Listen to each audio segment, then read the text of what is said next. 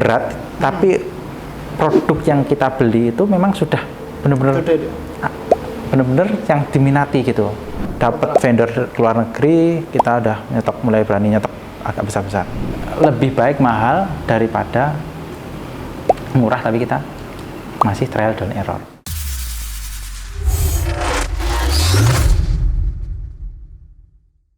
Bismillahirrahmanirrahim. Assalamualaikum warahmatullahi wabarakatuh. Alhamdulillah wassalatu wassalamu ala Rasulillah wa ala alihi washabihi ajmain.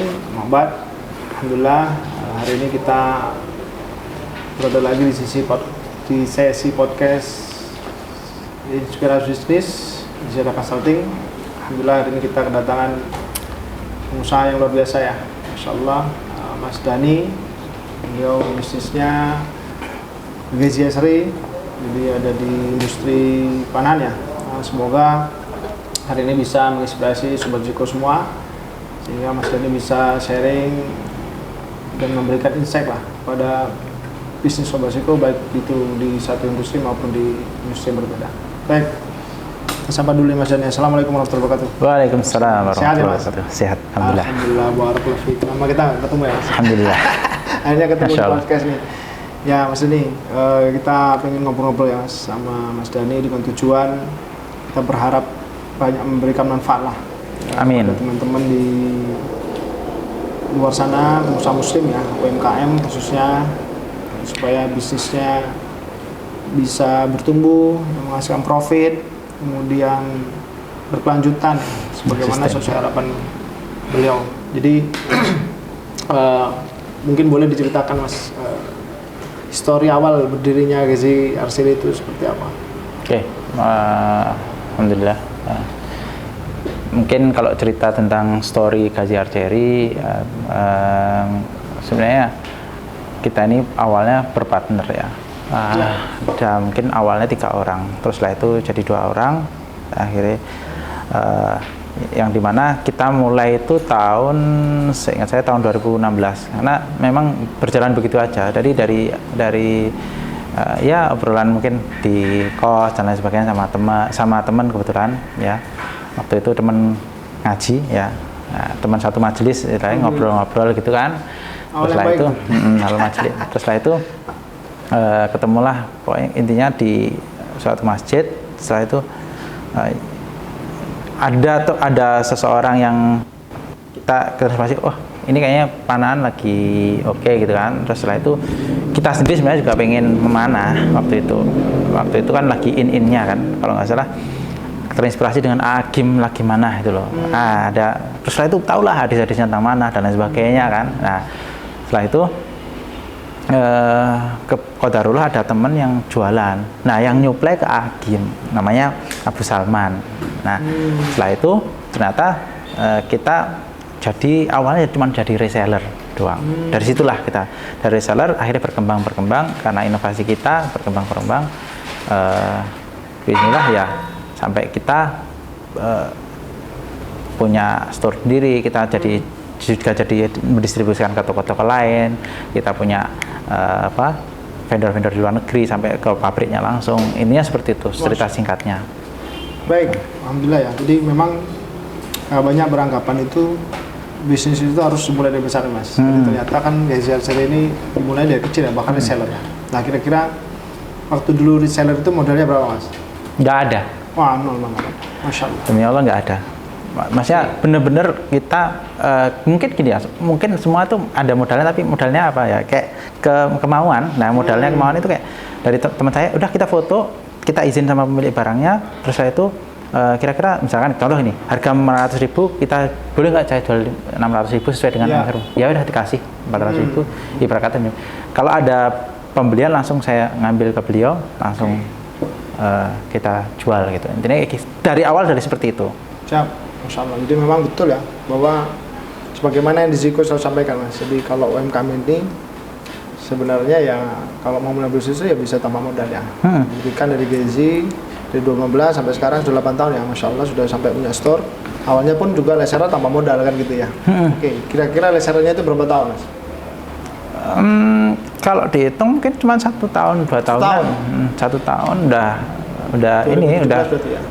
dari kita reseller sebenarnya kita sudah produksi ya tapi yang kecil-kecil gitu yang tapi yang profitnya juga lumayan. Nah,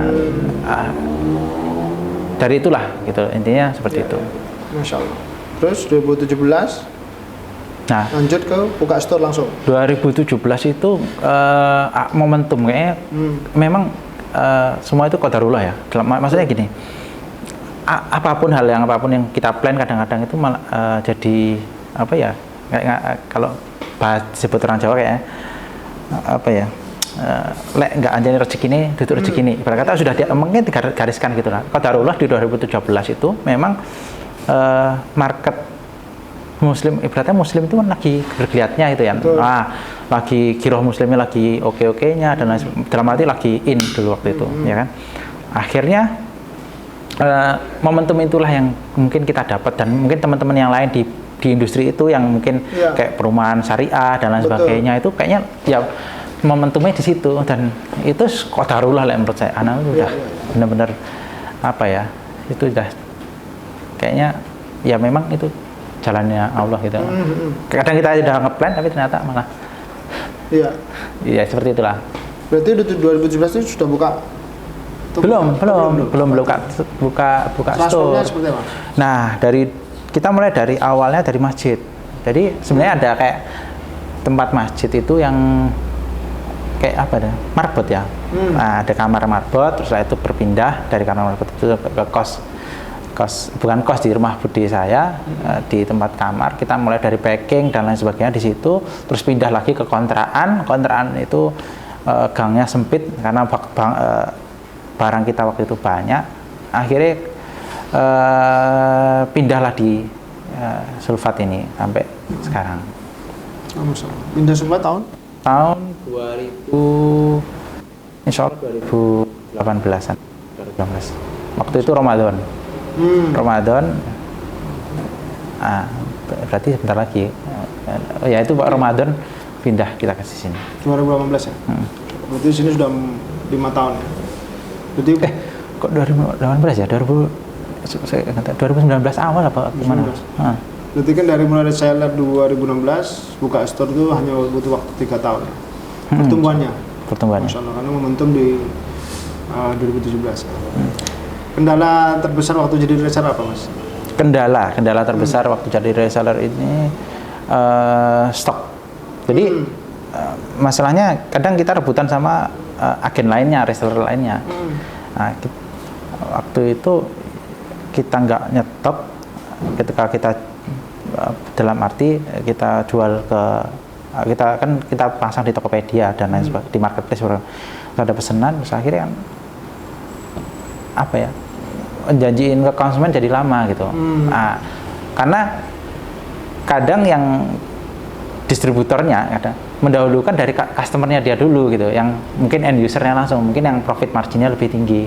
Kadang kita jadi kendala seperti itu. Terus kendalanya lagi tapi nggak begitu besar sih kendala reseller itu, malah lebih banyak apa namanya karena kita nggak modal berkata gitu. Nah, alhamdulillah nggak. Tidak resiko. Tapi cuman nggak resikonya lebih kecil. Betul. Resiko lebih kecil. Betul. Tapi kalau kita mau ngambil lebih besar, pasti untuk resikonya lebih besar juga. Untungnya juga lebih besar gitu. Ya, seperti itu sama. Mulai stok. Mulai stok itu ya. Sejak buka toko atau? Belum buka toko sudah. Kita nyetok tapi hal yang kecil-kecil. Hal yang kayak misalkan yang aksesoris dan sebagainya gitu. Belum. Yang stok besarnya waktu buka toko ya? Waktu di Bareng kita dapat vendor luar negeri, kita udah mulai berani nyetok agak besar-besar. Waktu itu datanglah 1 truk dan sebagainya. Itu mulai nyetok dan alhamdulillahnya waktu itu karena bagusnya market, kita datang 1 truk keluar 1 truk. Masya Allah. Bayangin gitu. Itu tahun 2017. 2017. Apa strateginya Mas supaya bisa penjualan cepat, perputaran cepat itu apa yang dulu yang dilakukan? Kalau dulu karena semuanya sendiri ya, yang jelas itu pelayanan. Jadi kita waktu itu dulu udah kita layani dengan cepat karena kita kan kayak konsumen itu jadikan kayak teman sendiri gitu loh waktu itu, karena saya sebagai owner plus waktu itu ngelayani sendiri, jadi kayak apa ya, merasakan apa bahasanya, kayak ya setulus hati banget itu ngelayani customer. Kuncinya di situ sebenarnya di awal itu. Sama kalau B2B-nya kita kan karena waktu itu juga ada mungkin jadi akhirnya jadi ada yang reseller ya, waktu itu memang produknya yang kita pilih yang waktu itu memang yang lagi lagi kita nggak perlu ngenalin terlalu berat, tapi produk yang kita beli itu memang sudah benar-benar yang diminati gitu. Nah, kita nggak mau ngambil produk-produk yang kira-kira masih ini belum ini, karena memang waktu itu modal kita masih cukup hanya untuk itu gitu. Ya, yang kita pilih yang turnover-nya tinggi, strateginya gitu. Jadi, berarti harus pintar membaca pasar ya. Pasar. Jadi apa yang diminta ini ya itu. Betul. Itu awal. Kalau dulu kan melayani sendiri nih, jadi kan kualitas pelayanan kita bisa tahu dan seterusnya. Terus pada saat tentunya punya toko itu ada tim ya Mas. Nah, ini bagaimana caranya Mas Dani mendeliver ya standar pelayanan yang seperti dulu pada saat punya tim? Ya, memang agak berat ya. Ini cerita ini agak berat. Memang kita juga berganti-ganti orang berkata gitu. Mungkin Pak Ido juga tahu karena sebagai konsultan ya. Nah, pada intinya ternyata kita ini yang pertama ketika kadang SOP kadang ada SOP gitu, kadang ya itu mendukung sih. Cuman kadang perlu training dan lain sebagainya, lama dan lain sebagainya. Kalau saya tarik ke sini, memang yang pertama kita masukkan itu ketika saya berpikirnya ketika kita nggak pengen effort banget gitu, maksudnya ketika kita masukin orang yang mentah katakan, nah itu kita butuh training, biaya kan sebenarnya. Nah sekarang kita berpersepsi bahwa orang yang layan ini benar-benar ya orang yang memiliki karakter terus atau memiliki values yang hampir sama dengan yang kita inginkan. Jadi yang pertama kita masukin itu dulu. Apa? Karena kita nggak ribet-ribet terlalu banyak men-training atau apapun, dia udah ngerti. Yang penting orangnya. Jadi sebenarnya memasukkan orangnya itu yang kita pilih benar-benar. Oh, yang ini posisinya harus di sini. Nah, tapi kadang-kadang weakness-nya itu memang kadang mahal. Tapi nggak lebih baik mahal daripada murah tapi kita masih trial dan error. Kalau anak seperti itu. Kecuali kita punya tim yang untuk kapan waktunya untuk training, kapan untuk SOP dan lain sebagainya. Itu kuncinya di situ. Ya. Berarti masukkan orang yang ahli ya. Jadi kita udah berkembang. Jadi punya karakter yang mungkin bisa mewakili dari nilai yang mau kita delivery ke ini. Kayaknya lebih cepat daripada ini. Karena anak sendiri nggak ada waktu untuk misalkan untuk mentraining, tugasnya kita mengarahkan visi, tapi ternyata malah justru training, teknis dan sebagainya. Nah, kita ambil aja orang yang berkata yang punya kapabilitas dan juga punya nilai-nilai yang mungkin personalnya juga yang kita sesuai dengan kita yang butuhkan. Nah, itu yang.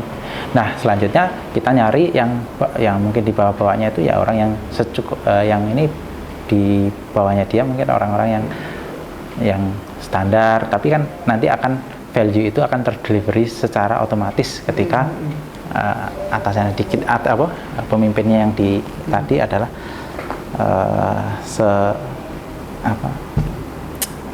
memiliki nilai yang sama. Baik. Gitu. Waktu awal buka toko itu yang dibangun yang pertama timnya itu tim leader atau tim teknis, tim strategis atau tim operasional yang dibangun? Teknis. Tim pastinya. Operasional. Tim teknis. Jadi ya apa ya? Jadi saya sendiri kan mindsetnya juga bertumbuh, istilahnya bertumbuh ya. Jadi kalau di awalnya semua teknis, mulai kita berpikiran ya belajar akhirnya bertumbuh. Nah, akhirnya ya kita memikirkan bagaimana kita biar seperti ini, biar berkembang, biar visi saya nyampe. Karena kalau kita teknis terus ya kayaknya nggak ya gini-gini aja gitu kan. Cuman kita mengambil keberanian juga.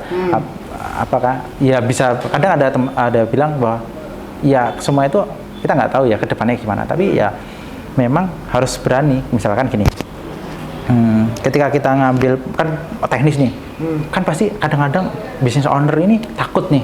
Takut apa sih? Takut wah nanti penjualannya nanti turun karena nanti aku sudah nggak apa. Ini pernah secara psikologis ini pernah saya alami. Bener-bener pernah saya alami.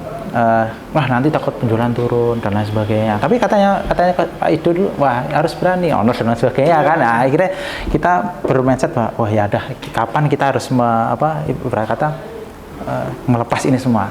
Nanti biar tim bertumbuh, karena kalau nggak gitu tim nggak akan bertumbuh juga. Gitu. Nah ini kita pelan-pelan. Nah dari mana? Dari mindset ownernya dulu. Jadi kita melepas dan alhamdulillah ya ternyata nggak ada masalah gitu loh. Nah dan tim akhirnya bertumbuh gitu kan. Ya seperti itu.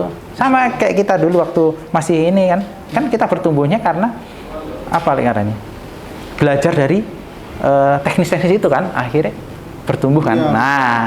Nah ini giliran tim ini yang diberi kesempatan, nanti juga akan bertumbuh, nanti jadi leader. Nah terus kalau jadi leader jadi apa? Ya udah kita nanti nggak tahu jadi apa gitu. Bisa jadi investornya gitu. Betul.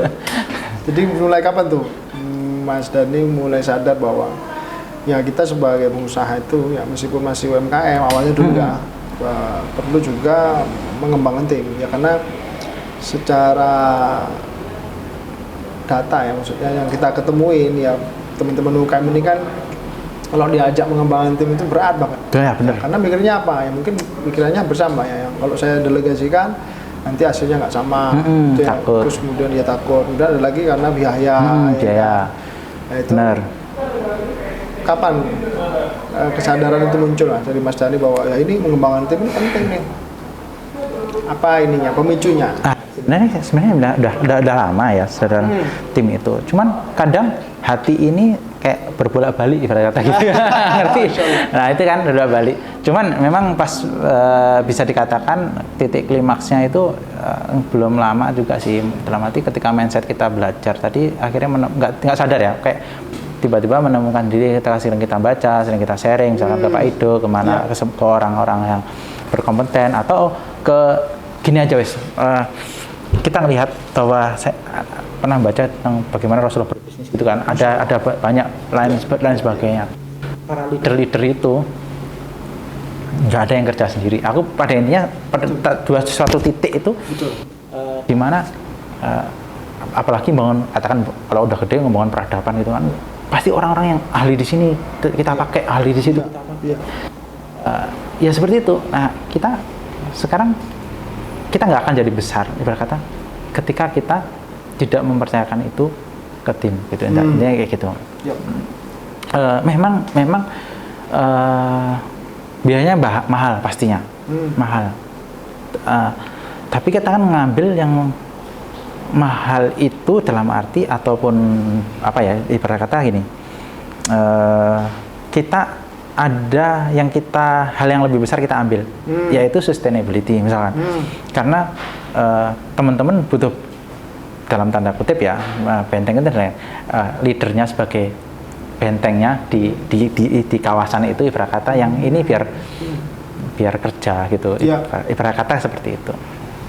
Nah, dan tadi kalau tarik di awal tadi ya pada intinya kalau Anda ingin jadi besar pasti ibarat kata kayak leader paling besar itu kan kadang-kadang cuman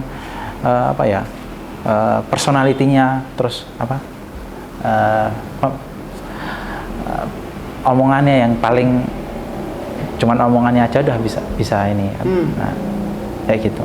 Apalagi kan nyusun misalkan contoh strategi perang aja kan, ada bagian konsumsi. Betul. Pasti kalau kita ngawasin ada bagian konsumsi ya, ada konsumsi, ada kesehatan, ada yang kata ada yang perang di depan, ada yang di belakang dan lain sebagainya kan. Ada yang pertahanan di tempat, bahkan di tempat mungkin ya benar ya gitu ya. Misalkan di wilayahnya gitu kan diatur. Nah, Terus tapi tetap ada komando yang paling utama gitu. Iya. Gitu. Siap. Yang paling besar. Berarti dari awal mulai referensi yang banyak tadi ya Mas? Tadi kita terbuka mindset. Terbuka mindsetnya itu dari banyak. Intinya belajar sih. Siap. Jadi sharing, terus melihat bagaimana cara orang besar itu bekerja gitu. Ini paling menginspirasi kayak misalnya ya ada ya mungkin Rasulullah aja intinya kayak Rasulullah aja timnya Masya Allah bangun timnya kayak gimana gitu.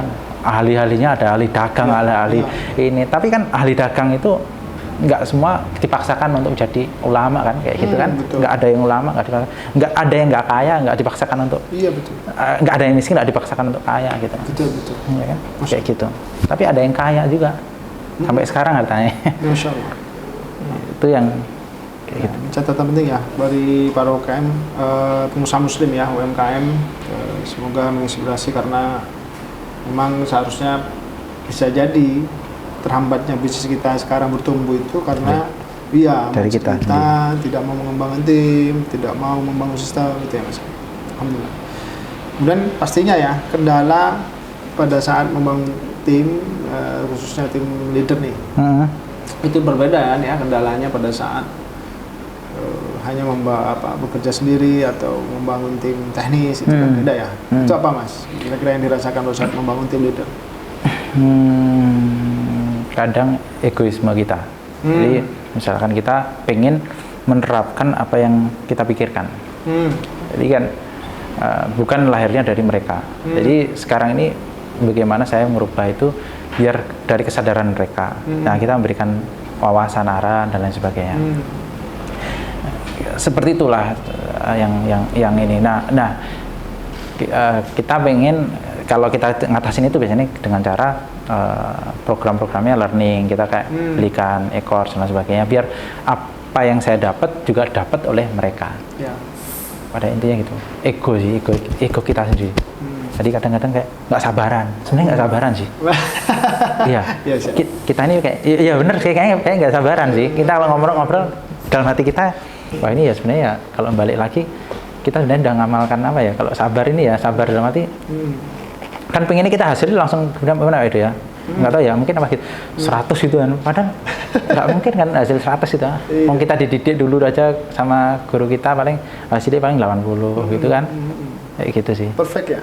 Pengen perfect gitu. Kayak iya bener, perfect. Pengennya perfect. Jadi ego juga kan. Terus ya jadi akhirnya kayaknya membebankan akhirnya kayak tim kan. Iya bener kayak gitu.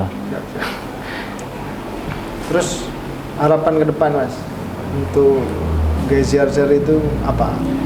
Sebenarnya lebih kita pengen nggak hanya ke Gazi ya, nanti sebenarnya kita induknya PT Doa Berkah ya kan. PT Doa Berkah bersama itu. Ya lebih bermanfaat aja. Apa ya? Kita pengen sustain dan lebih bermanfaat bagi banyak orang. Jadi ya kita hidup untuk bermanfaat. Ini bermanfaat, semakin memberikan kebermanfaatan. Kalau dari Gazi-Archer sendiri ya, pengennya kita menjadi brand nomor 1 untuk toko yang Panahan gitu, yang paling nomor 1 ini isinya. Bermanfaat itu manfaat seperti apa Mas? Contohnya? Kita sebagai Muslim ya lebih ke ya umat Muslim gitu. Kita dengan memberikan memberikan jembatan rezeki buat orang lain. Kita pengen sebenarnya orang yang di Gazi ini juga sejahtera. Kita kan nilai yang aku tanamkan sekarang ke teman-teman bagaimana nanti kita nih sudah bukan produknya ya kan, bukan Gazinya, tapi lebih bagaimana kebermanfaatannya. Misalkan gini, kamu di sini misalkan ya mudah-mudahan nanti kita Gazi bertumbuh, Anda juga ikut bertumbuh juga. Maksudnya kita mulai dari salary kita pengen kamu standar, nanti standarnya apa? Standar yang ibarat kata kayak UMR kan, kebanyakan udah UMR ibarat kata gitu. Pengennya seperti itu. Untuk tips-tips Mas, tips bisnis buat para pengusaha muslim UMKM ya. Ya baik itu yang pertama baru mulai seperti dulu Gezi tahun 2016. Tadi beberapa kan tipsnya sudah ada ya, tapi mungkin bisa ada tips lain lah ya. Kemudian bagi yang masih mau berkembang, dan kemudian ada lagi kan bisnis yang ya terhambat perkembangannya. Itu tips-tipsnya mungkin dari Mas Dani sebagai pengusaha yang sudah di Gezi ini tadi 8 tahun ya, 8 tahun. Itu apa? Supaya tadi yang baru mulai itu bagaimana, yang sedang berjalan bagaimana, yang mau akhirnya terhambat pertumbuhannya dengan stagnan lah, itu seperti apa? Ya. Kalau yang mungkin dari gimana ya, dari baru yang baru mulai melakukan dari hal kecil dulu. Jadi kita dari hal kecil. Jadi kadang ada orang-orang yang langsung main besar atau ini sebenarnya dari lakukan dari kecil, karena hal kecil itu ternyata memberikan pelajaran yang luar biasa. Jadi sebenarnya kalau kita flashback, Allah memberikan hikmah, yaitu kita ini diuji dengan berbagai hal, ya kan? Sehingga membawa kita ke level kedewasaan cara berpikirnya, kayak gitu. Nah, dari kecil tadi kita ini sebenarnya lagi dihadapkan nanti tantangan-tantangannya ya selevel itu, gitu. Jadi jangan ngambil yang besar. Kadang kalau orang ngambil, ini kebanyakan dari teman saya juga lihat langsung gede, ngambil utang dan sebagainya, langsung bang gitu kan, kata langsung tumbang gitu kan. Nah, karena apa? Bertumbuhnya kita ini terlalu kecepet kita belum ada di level itu, kita sudah memikul beban besar gitu. Nah, itu dari kecil. Dari mana sih? Ya dari saya aja dari ngereseller kabarnya. Nah, dari hal kecil pokoknya ulet terus belajar. Terus ada level kedua yang tadi apa? Yang sudah berjalan. Nah, sudah berjalan. Nah, sudah berjalan tadi kita, kalau pengalaman saya ini kita mulai banyak silaturahmi kayaknya. Nah, dengan silaturahmi itu banyak namanya akhirnya temen. Nah, temen kayak misalnya kenal Pak Ido, misalkan kenal siapa dan lain sebagainya. Kita juga ke ustadz dan lain sebagainya. Untuk apa? Untuk belajar. Belajar apa? Untuk mengembangkan ini. Karena kan nggak mungkin mengembangkan langsung ke produknya katakan gitu kan. Tapi nggak, ternyata di situ level di situ mindsetnya dulu yang dirubah, benar-benar dirubah itu mindset saya dulu. Ya nggak. Nah, disitulah intinya bahwa banyak silaturahmi tadi kita banyak belajar. Pak Ido misalkan belajar, gimana ini akhirnya kita dapat inputan, insight. Terus kita dapat dari si Fulan lagi, kita dapat insight, wah ini terus dapat dari si dapat insight lagi. Nah, ini akhirnya bisa menjadi pemicu kita untuk mengembangkan dalam arti bahwa pemikiran kita semakin berkembang tadi, kita tahu cara berpikir untuk mengembangkan perusahaan. Kalau teknisnya banyak banget soalnya. Betul. Nah, yang penting ini dari sisi mindsetnya ya. Ownernya tadi harus belajar nih. Belajar itu di mana kalau kita nggak punya uang? Kadang-kadang kan harus seminar dan sebagainya. Ya ini ke teman-teman. Karena dulu gini, pengusaha sukses misalnya si Fulan, tak datangin. Gimana ini? Saya dapatlah sedikit ilmu. Nah, ngerti. Ini contoh ya. Dikasih tahu. Ada Pareto misalkan, apa itu Pareto ini. Wah, tak pikirkan, tak pelajari. Gini kata gitu. Contoh hal kecil. Ternyata sudah itu berlalu. Ini hal kecil ternyata. Ya gitu. Jadi apa? Mindset kita ternyata bertumbuh gitu. Baik, untuk yang stagnan tadi, Mas. Stagnan. Nah, stagnan nih. Kembang-kembang sih gini-gini aja. Apa yang harus mereka lakukan? Introspeksi. Introspeksi. Jadi introspeksi itu gini. Apakah saya ada yang kurang? Dalam arti saya tuh kadang gini, introspeksi kayak apakah kelideran saya kurang? Kayak gitu. Jangan apa ya, Pak Ido, bahasanya orang itu kayak keras kepala itu kayak apa gimana ya? Kayak gak ada yang kayak kurang. Ibu saya itu introspeksi. Jadi introspeksi entah menyendiri atau gimana kan di masjid dan sebagainya, introspeksi apa ini yang kurang, apakah jangan-jangan saya atau gimana, atau sikap-sikap saya atau kayak gimana, karena mentoknya tuh ini di leadershipnya sih. ya benar kata itu di leadershipnya kayak gimana ya, kadang ternyata ujian di leadershipnya yang paling tinggi, ya kan? Karena sebenarnya kalau sudah leadership kita menggerakkan sesuatu itu kadang dengan omongan tok bisa jalan loh, iya nggak? Apalagi lo udah punya tim kayak gitu, kurang lebih. Ini dari mindset ya. Kalau mungkin kalau besar yang lain dulu sih katanya banyak sedekahnya zakat. Gitu. Nah, ini saya pas ketemu sama ustadznya, ya. Tipsnya apa? Zakat. Terus sama zakatnya jangan lupa, terus sama sedekahnya. Siap, alhamdulillah. Jadi kita dari awal itu Mas Jadi selalu bicara personal ya, maksudnya ya karena memang penting ya di perihal mindset di diri kita sendiri. Jadi memang saya sepakat sekali ya teman-teman, Sobat Ziko. Jadi bagaimana kita bisa bertumbuh, bisa berkembang, bisa bertahan, ya kan? Bertumbuh tidak hanya secara kuantitas tapi kualitas, ya kembali pada owner ya, owner foundernya, sehingga pada saat owner foundernya bisa mempunyai mindset yang bertumbuh juga, ya kan, banyak belajar, itu insya Allah perusahaan kita akan juga ikut berkembang, insya Allah. Alhamdulillah. Terima kasih banyak Mas, jazakallah khairan atas segala apa yang disampaikan hari ini, sharing-sharingnya ya. Semoga memudahkan seri terus berkembang, bertumbuh baik secara kuantitas maupun kualitas ya. Amin. Berkembang terus timnya, tadi cita-citanya tercapai, bisa bermanfaat yang seluas-luasnya, sebesar-besarnya bagi umat muslim pada umumnya ya. Jadi juga saya doakan Mas Dani selalu sehat selalu ya. Dan tadi apa yang disampaikan bermanfaat juga bagi para pengusaha UMKM Sobat Ziko semua. Baik, jazakallahu khairan Mas Dani. Mungkin sesi kita hari ini kita cukupkan ya. Semoga bisa menginspirasi Sobat Ziko semua.